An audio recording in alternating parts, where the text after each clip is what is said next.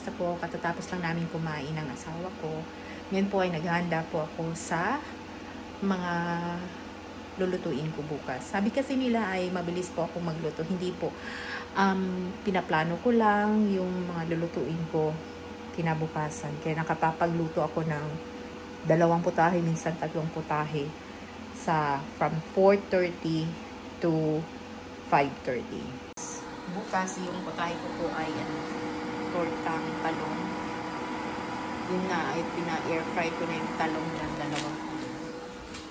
And then, magtutorta din ako na giniling. Bukas, lalagyan ko ng hotdog. Tapos, giniling na baka. Yan yung carrots at saka yung patatas. So, yan. Nilalabas ko na kaagad yung aking lulutuin. Yan yung beef, ground beef. Ito na yung hot dogs. Yan yun. So, hindi ko lang inaano yung mga lamas o yung mga spices. Bukas ko pa yan siya anuhin kasi mabaho sa ref. Tapos pag ilabas, hindi magandang amoy. So, yan yung ginagawa ko. Pero pag halimbawa ang naisip ko na luto ay hindi naman kailangan na i-slice mo na siya. Like itlog. So, hindi naman yun siya kailangan. Minsan, pag kumakain kami sa labas ni Eman, yung hapon na mapagod na kami magluto dahil late na kami or hapon na talaga kami nakauwi. Kumakain kami sa labas. Yung mga leftovers, binabaon ko yun siya. Tapos, nagluluto na lang ako para kay Eman. Minsan, nakakaluto ako ng hanggang hapunan. Good for hanggang hapunan. Pero iniiwasan ko yun kasi nakakawala ng gana yung ganun na pagkain. So, minsan pag umuwi kami, yung mga madali lang na lutuin, mga sabaw ng isda, lagyan ng kahit anong available na dahon. So, yun ang ginagawa ko. So, ito, less na lang ang pag-slice ko kasi matagal naman to kasi yung slicing yung patatas at saka carrots. Saka problema pa yung carrots ko ay maliliit. Yung pang pwede lang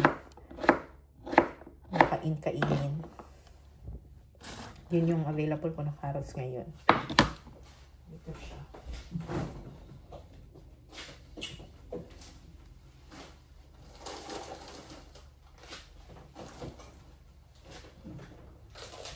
Yung carrots ko.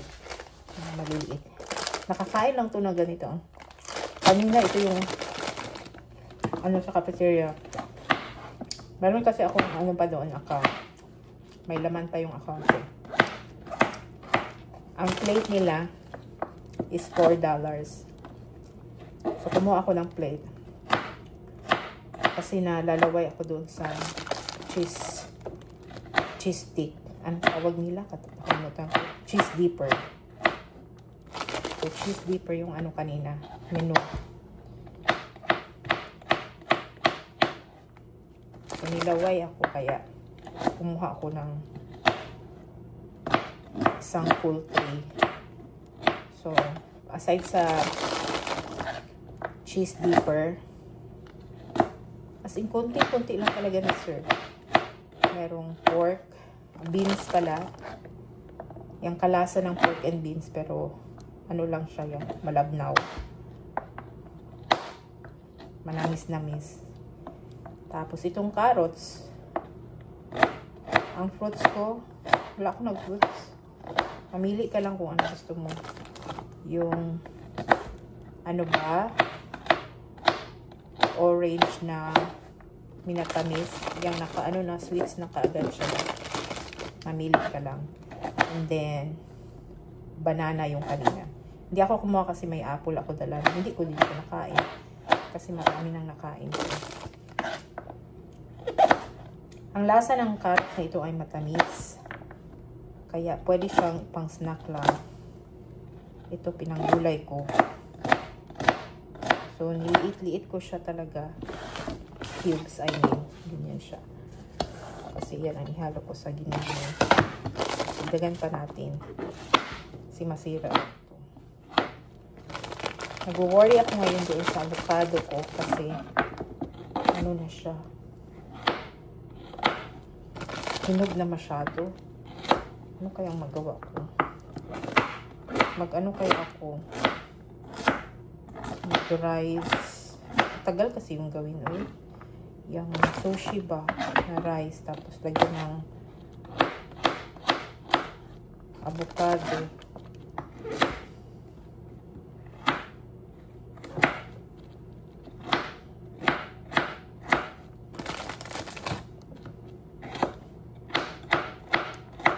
Pag ano kasi kami, mag-grocery, pag may makita akong avocado, nalalaway ako.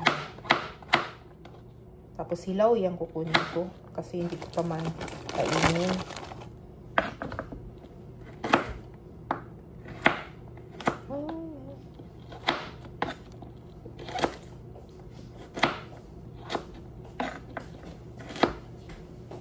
What's that? Stairs na ako.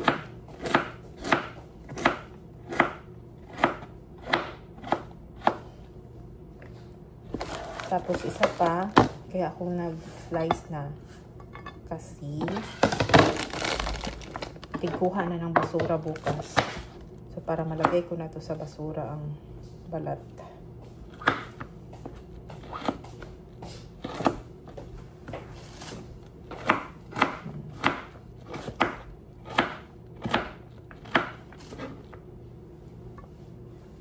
Para malagay ko na to sa basura ang balat. Tama na yun. Tama na yun. And then, tatakpan natin yan. Where's the takip? The takip is, I don't know if it's here. Takip ng ito. Kasya ba siya yan? So, yun yung takip yun.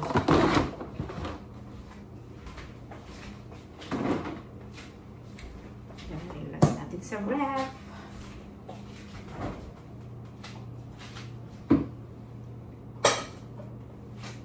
And then, babalatan natin yung talongs.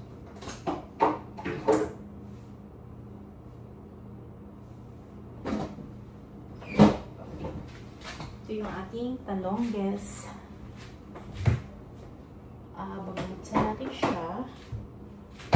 Para lagyan na lang natin ng itlog bukas.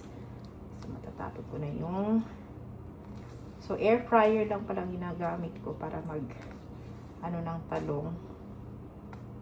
Yan. See? Nabili namin itong talong sa Vietnamese store. Yan. Tapos, isa pa, mas males yung mahugasan mo. Kasi pag nagluluto ako, ano talaga, hinugasan ko na yung mga ginamit ko. So, ipasingaw ko muna siya bago ko siya i-edit. So, prito na lang siya. Diba? Tapos itong mahugasin mo, dapat bukas yan yung nahugasan kasi if ever bukas ka magluluto, ano mo na siya, hugasan mo na siya. Diba? Ngayon ay medyo maulan. Kanina, ganito din kakulimlim. Kala ko nga ulan ngayon. Yung kanina. Nagtanim kami kanina ng mga third grade ko. Nagtanim kami ng seeds. Pinapili ko sila kung anong seeds ang kanilang gusto. May bulaklak.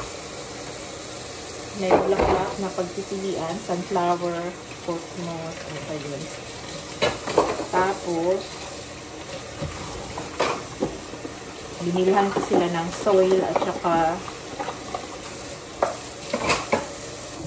binilhan ko sila ng soil and ng cups na pagtataniman nila.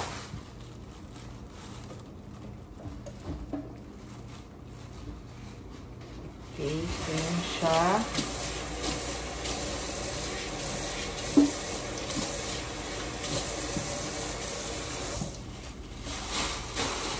babasura ko na ito. Yan na natin yung basura. Kasi nga may tig-collect dito every Thursday. Ito yung basura ko. Ayan. So, meron pa siyang sobra 1/2 yung basura. Pero kailangan ko na ito yung dispose. Kaya ang mga nilagay ko dito yung mga ulam ba. Ito. Ito sa likod yung basurahan.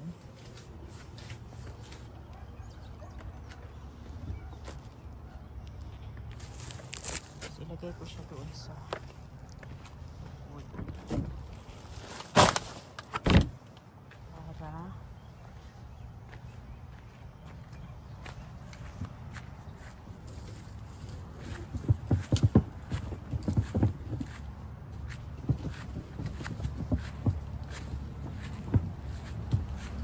spring na talaga, oh.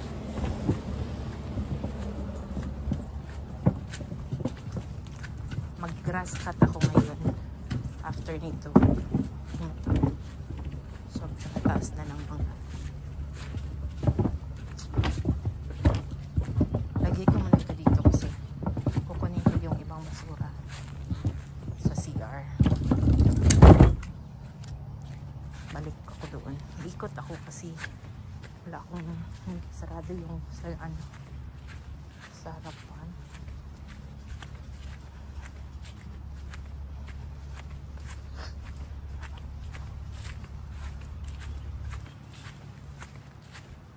Laki ng puno. Look at that. Mga pollen mo.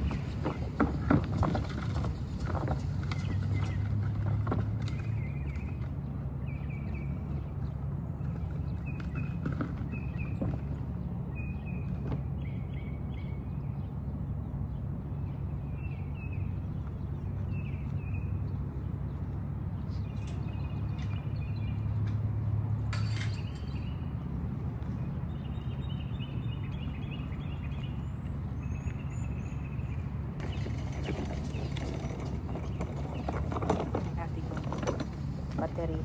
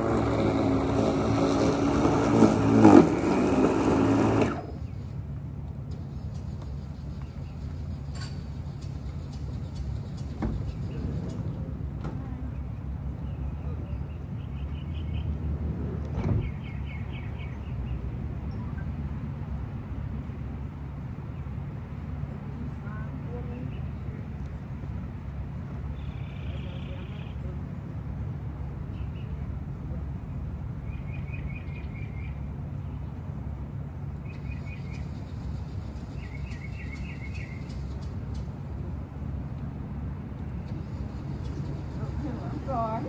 I'm gone. Have a good one. Take care.